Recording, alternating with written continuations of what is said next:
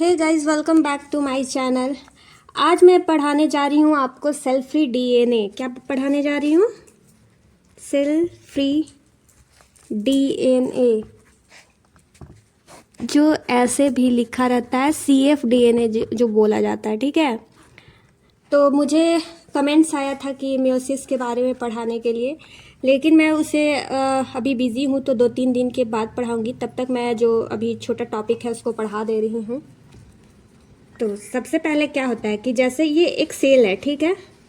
Cell को तो अब मैंने डायग्राम बनाया है पिछले वाले वीडियो में, आप देख लेना। ये सेल है। यदि इस सेल में से, ठीक है, डीएनए जो बाहर आ जाता है, ठीक है ना, उसे हम क्या कहते हैं? सेल फ्री डीएनए बोलते हैं। ठीक है, अगर हम सिंपल लैंग्वेज में इसकी बात करें तो अगर सेल से डीएनए बाहर आ जाए तो उसे सेल फ्री डीएनए कहते हैं।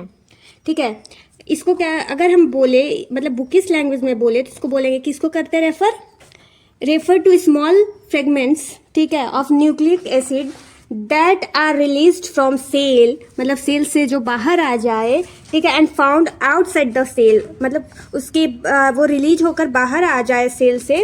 और मतलब डायरेक्ट बोले तो refers to small fragments of nucleic acid that are released from cell and found outside of the cell, like किस तरह से? प्लाज्मा के रूप में, ठीक है ना, प्लाज्मा के रूप में, यूरिन के रूप में, और CSF के रूप में, CSF के रूप में, ठीक है ना। इसका फुल फॉर्म मैं आपको बता दूं तो सेरी, ठीक है, ब्रो स्पाइनल। क्या होता है? सेरी ब्रो स्पाइनल। इसको तोड़ तोड़ के मैं पढ़ रही हूँ, CSF है ना, इसलिए सेरी ब्रो स्पाइनल। ठीक है, कहाँ ये पाया जाता है? ब्रेन में जो फ्लूइड होता है ना, ठीक है, उसको क्या कहते हैं? CSF, cerebro spinal. ठीक है, तो ये यहाँ पर हो गया कि हम यहाँ पर जान गए कि सेल फ्री डीएनए क्या होता है। ठीक है, अब तो सेकेंड पॉइंट आते हैं।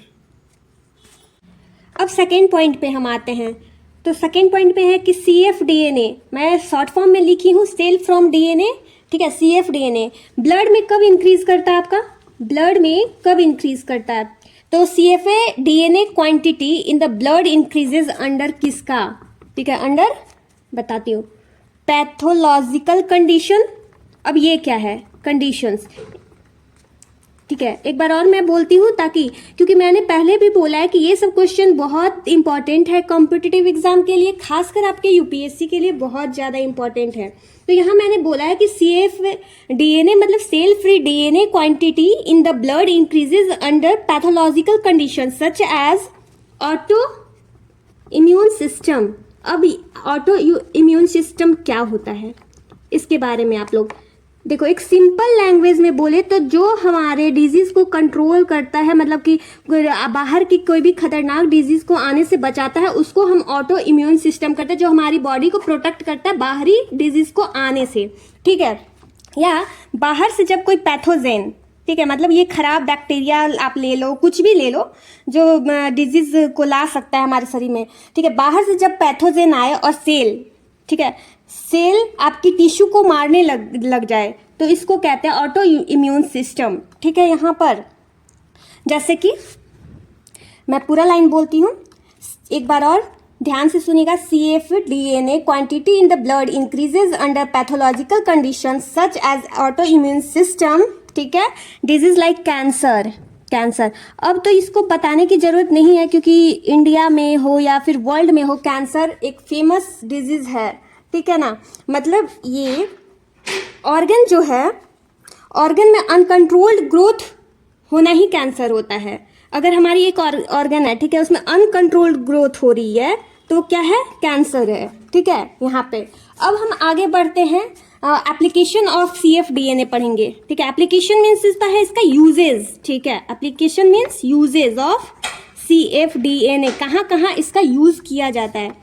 मैं जल्दी जल्दी पढ़ा रही हूँ क्योंकि वीडियो लॉन्ग हो रही है, लॉन्ग वीडियो ज़्यादा कोई देखता नहीं है, इसलिए शॉर्ट वीडियो में ही मैं निकालूंगी और थोड़ा थोड़ा ही टॉपिक पढ़ाऊंगी। तो अब इस पे आते हैं, एप्लीकेशन ऑफ CF डीएनए पे। ठीक है, अब हम आते हैं सेकेंड, एप्लीकेशन ऑफ डीएनए। जैसा कि मैंने बोला सेकेंड पेज में लिख दे रही हूँ मैं, वहाँ प्लेस नहीं था। ठीक है, तो क्या करता है, फर्स्ट ये डिटेक्ट करता है जेनेटिक एबनॉर्मेलिटीज इन फिटेसिस, मतलब डिटेक्ट करता है कि कोई बच्चा, जैसे कि हमारे पेट में कोई बच्चा है तो उसमें कौन सी एबनॉर्मेलिटीज, मतलब कि वो नॉर्मल है या नहीं, इस तरह की चीज़ें, वो जेनेटिक मतलब उसमें कौन सा, ठीक है, एबनॉर्मेलिटीज आ रहा है, इस चीज़ को चेक करने में हमारा सेल फ्री डीएनए हेल्प करता है। मतलब जेनेटिक एबनॉर्मेलिटीज इन फिटेसिस, ठीक है,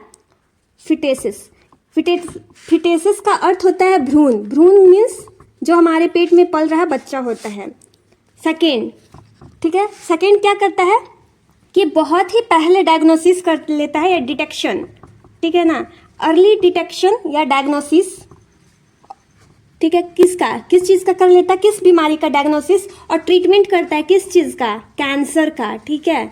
डिटेक्शन, डायग्नोसिस एंड ट्रीटमेंट किसका, कैंसर का करता है। इसमें सॉरी सेल्फ फ्री डीएनए, यहाँ डीएनए सिर्फ मैंने लिखा है, या सेल्फ फ्री डीएनए का एप्लीकेशन क्या होता है, detection, diagnosis and treatment of cancer, ठीक है। थर्ड नंबर अगर हम बात करते हैं यहाँ पर, तो क्या करता है, monitor immune response, monitor immune response, ठीक है, आफ्टर ऑर्गन ट्रांसप्लांटेशन, मतलब ऑर्गन का कहने का अर्थ है कि हार्ट हुआ, किडनी हुआ, जो ट्रांसप्लांट होता है उसका मॉनिटर करता है, मतलब कि it can be used as a biomarker. Biomarker एक बहुत फेमस वर्ड है आपके बायोलॉजी में। सेल फ्री डीएनए जब आप पढ़ रहे हो तो उसमें बायोमेकर बहुत इंपॉर्टेंट वर्ड है। इसका अर्थ क्या होता है, मतलब कि नेचुरली, देखो, और नेचुरली ऑक्यूरिंग मॉलिक्यूल, जीन और characteristics by which disease can be identify, मतलब कि हम कोई भी बीमारी आइडेंटिफाई कर सकते हैं बायोमेकर के थ्रू, ठीक है। और कौन सा मॉलिक्यूल है, कौन सा जीन है या कैरेक्टर की, ये कौन सा डिजीज है, वो आइडेंटिफाई होता है बायोमेकर के थ्रू। ये सारी 3 एप्लीकेशन है सेल फ्री डीएनए के। पहला, डिटेक्ट जेनेटिक एबनॉर्मेलिटीज इन फिटेसिस। फिर सेकेंड नंबर आपका क्या है, मॉनिटर, नहीं सॉरी, ये तो थर्ड नंबर मैंने बताया। सेकेंड नंबर है अर्ली डिटेक्शन, मतलब कि बहुत पहले डिटेक्शन कर लेता है, खोज ले रहा है, डायग्नोसिस और ट्रीटमेंट करता है किस चीज़ का, कैंसर का। थर्ड है मॉनिटर करता है, या फिर आप डायरेक्ट बोल दो कि ये वर्क करता है एज अ बायोमेकर, ठीक है। और स्टार्टिंग में हमने क्या पढ़ा था यहाँ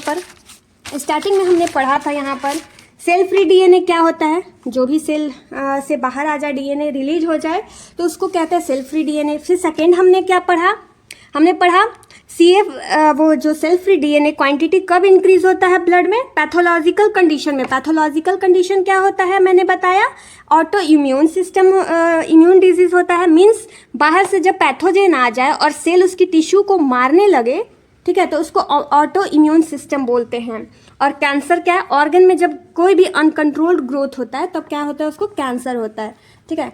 आज की वीडियो यहीं तक मेरी रहेगी। Thank you for watching my video, और मैं नेक्स्ट वीडियो में लेकर आऊँगी और भी अच्छी अच्छी टॉपिक से।